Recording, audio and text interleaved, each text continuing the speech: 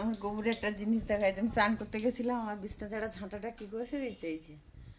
হ্যাঁ, আর আগের দিন পরশুদিন রাত্রেবেলা আমি মাথায় তেল দিয়েছি, কালকে এসে আমি স্নান করে গেছি শ্যাম্পু করবো, সেই টাইমটুকু দেয়নি, আমি নাচতে নাচতে বেরিয়েছি গায়ে এক মগ জল ঢেলে।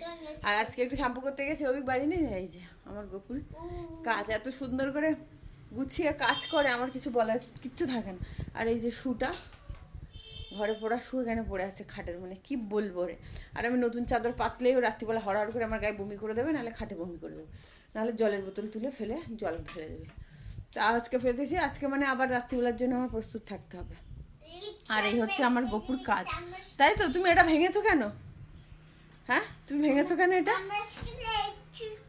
হ্যাঁ হ্যাঁ, তার মধ্যে আমার আলমারির ওই জায়গাটা কিছু একটা ঢুকিয়ে দিয়েছিলাম আমি স্নান করার আগে, খুলতে পারছিলাম, খুচি খুচি বার করলাম করে আলমারিটা খুললাম। যাই হোক, তারপরে ওকে বলে গেছি তুই কেন বসে খেয়াল হাঁড়ি করা নিয়ে রান্না করিস তো। তারপরে এই যে এই কাজ করেছে। তুমি কি করেছো এটা? বেশ করেছো? বাহ বাবা, কোথা দিয়ে শিখেছো বেশ করেছো? হ্যাঁ